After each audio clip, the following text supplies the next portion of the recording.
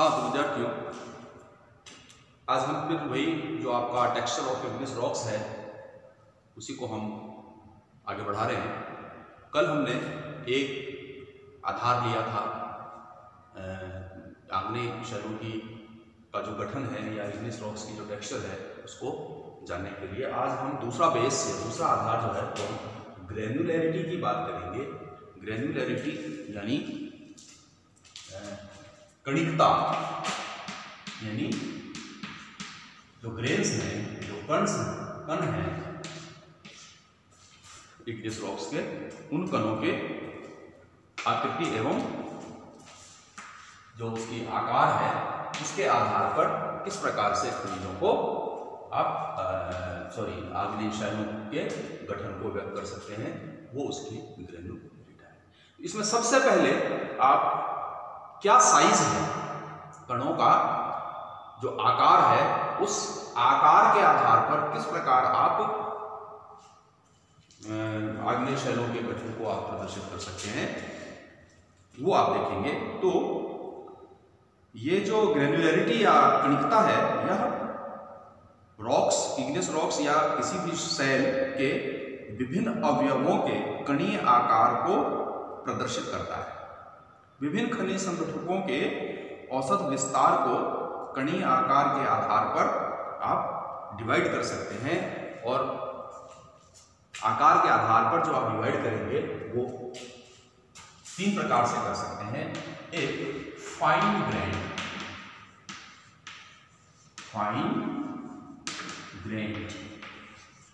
यानी सूक्ष्म कणीय, fine grain. दूसरा कोर्स ग्रेन यानी बीच का। और तीसरा कोर्स मतलब बड़ा। और तीसरा मीडियम ग्रेन।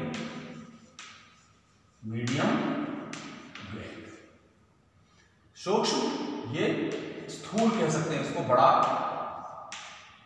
कणीय, और ये मध्य कणीय यानी medium size. Fine grains, course grains और मीडियम ग्रेन। या आकार के आधार पर यदि हम इसको घटते हुए क्रम या बढ़ते हुए क्रम में लिखें तो पहला आप कोर्स ग्रेन मानिए, दूसरा मीडियम ग्रेन और तीसरा जो है वो फाइन ग्रेन, सूक्ष्म।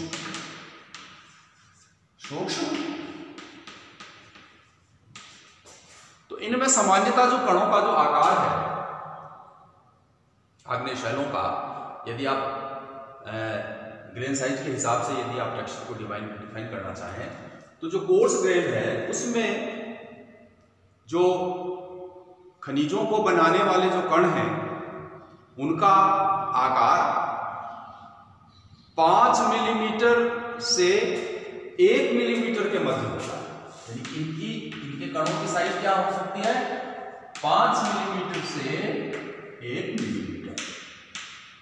तो 5 मिलीमीटर से 1 मिलीमीटर तक आकार वाले जो कण हैं वे आपके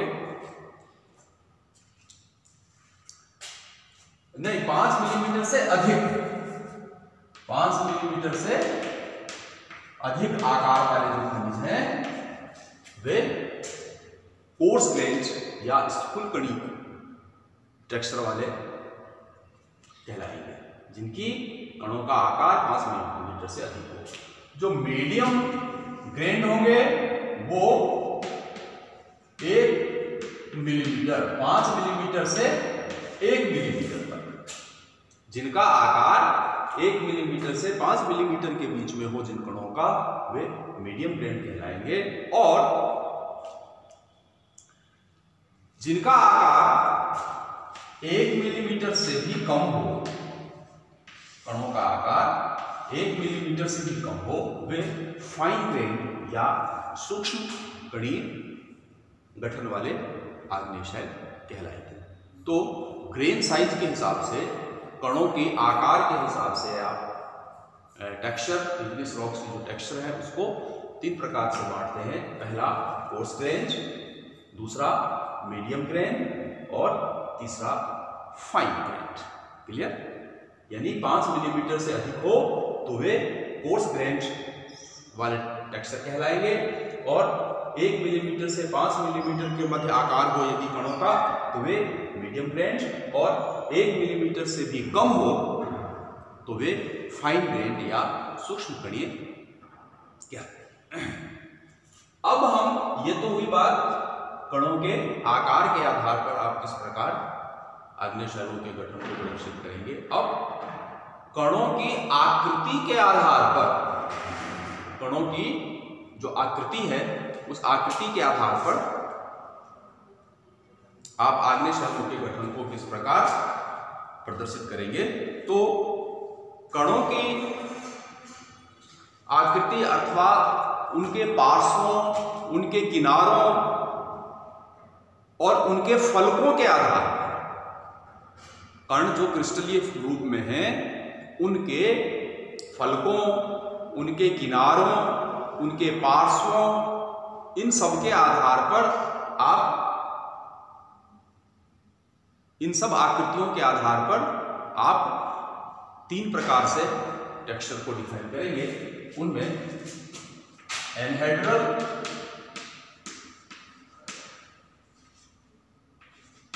सबहेड्रल एंड यूहेड्रल। ये 3 प्रकार हैं आकृतियों के आधार पर किसी भी आग्नेय शैलों के गठन को व्यक्त करने के लिए। जो यूहेड्रल है उसको आप कहते हैं पूर्ण फलकीय। यूहेड्रल मीन्स पूर्ण फलकीय। उसके जो फेसेस हैं, यही जो फलक है, आप जानते हो फेस क्या होते हैं, फलक क्या होते हैं, वे पूर्ण फलकीय यदि है, पूरा फलक यदि आपको मिलता है तो उसको आप यूहेड्रल कहते हैं। यानी जब क्रिस्टल पूर्णतया सभी फलकों से, संपूर्ण फलकों से यदि घिरा हुआ हो तो वो यूहेड्रल कहलाएगा। दूसरा है सबहेड्रल। सबहेड्रल मीन्स अंश फलकीय। सबहेड्रल मीन्स अंश फलकीय, यानी ये किसी भी कणों की आकृतियों की मध्य दशा है कि कुछ तो उसमें पूर्ण फलक होंगे और कुछ पूर्ण फलकों से वो आबद्ध या घिरा हुआ नहीं होगा, तब आप उसको एनहेड्रल या अंश फलकीय के नाम से आप इसको समझते हैं। अंश फलकीय, अंश फलकीय। तीसरा है सबहेड्रल। सबहेड्रल को, सॉरी, सबहेड्रल आपका अंश फलकीय कहलाता है। तीसरा है एनहेड्रल। एनहेड्रल यानी अफलकीय। अफलकीय, एनहेड्रल यानी अफलकीय, यानी जो ऐसे क्रिस्टलीय कण जो कि फलकों से आबद्ध न हो वे अफलकीय या एनहेड्रल टेक्सचर वाले खनिज या गठन कहलाते हैं। अब इसी आधार पर क्या है कि किसी भी एक आग्नेय रॉक में क्रिस्टल कंटेंट्स को किसी भी रूप में एक प्रधान अनुपात होता है, अतः क्रिस्टल विन्यास को, ये जो फलकों का जो क्रिस्टलीय विन्यास है उसको आप एनहेड्रल, यूहेड्रल, सबहेड्रल, एनहेड्रल के अलावा आप इनके एक नाम और हैं जिनसे आप इनको डिफाइन कर सकते हो। एक वो है, एक तो है पेंडियोमॉर्फिक।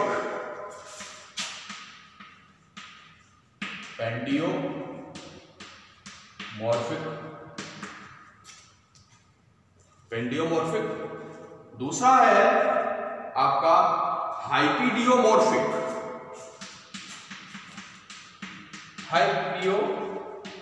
हाइपिडियोमॉर्फिक। और इसके अलावा जो तीसरा है वो है एंट्रियोमॉर्फिक।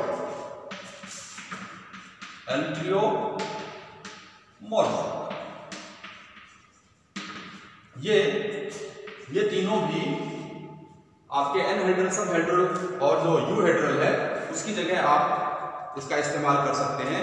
तो जो पेंडियोमॉर्फिक है उसको आप हिंदी में कहते हैं सर्वस्वरूपी, यानी जब अधिकांश घटक क्रिस्टल पूर्ण फलकीय हों। तो पूर्ण फलक में हमने किसको कहा था? यूहेड्रल को। तो आप पेंडियोमॉर्फिक को यूहेड्रल से भी आप समझ सकते हैं। दूसरा है आपका हाइपिडियोमॉर्फिक। हाइपिडियोमॉर्फिक यानी अंश स्वरूपिक, यानी जब अधिकांश फलक अंश फलकीय हो, अर्थात क्रिस्टल तीनों श्रेणियों में पाए जाते हो। तो अंश फलकियों के लिए आपने क्या कहा था? सबहेड्रल। तो ये सबहेड्रल को आप इससे व्यक्त कर सकते हैं। उसी तरह से है एंटियोमॉर्फिक, यानी अपरूप या अफलकीय, जब इर्रेगुलर हो या ना के बराबर हो तो आप इसको एंटियोमॉर्फिक या एनहेड्रल, इससे भी आप इनको समझ सकते हैं। तो ग्रेन्युलरिटी के आधार पर, एक तो कणिकता यानी कणों के आकार के आधार पर, coarse grain, medium grain, fine grain, 5 millimetre से अधिक हो तो कोर्स ग्रेन, 1 मिलीमीटर से 5 मिलीमीटर के बीच हो कणों का आकार तो मीडियम ग्रेन, और 1 मिलीमीटर से कम हो तो भी फाइन ग्रेन कहलाते हैं। उसी प्रकार से जब आप उनकी शेप के आधार पर आप टेक्सचर बताने का प्रयास करेंगे तो आप यूहेड्रल, सबहेड्रल, एनहेड्रल 3 प्रकार के टेक्सचर की बात करेंगे, और इन्हीं को आप पेंडियोमॉर्फिक, हाइपोडियोमॉर्फिक और एंटियोमॉर्फिक से भी आपको समझ सकते हैं। तो इस प्रकार ग्रेन्युलरिटी के आधार पर भी आप इनमें टेक्सचर को व्यक्त कर सकते हैं, आप बता सकते हैं। नेक्स्ट क्लास में हम जो म्यूचुअल रिलेशनशिप है ग्रेन्स का, कणों का जो आपसी सहसंबंध है, उसके आधार पर किस प्रकार से खनिजों, इग्नियस रॉक्स में टेक्सचर को हम आप व्यक्त करते हैं, वो देखेंगे। इक्विग्रेनुलर है, इनइक्विग्रेनुलर है, इंटरग्रोथ टेक्सचर है, कई सारे टेक्सचर्स और हैं जिसको हम म्यूचुअल रिलेशनशिप ऑफ ग्रेन्स के बेस पे बांट के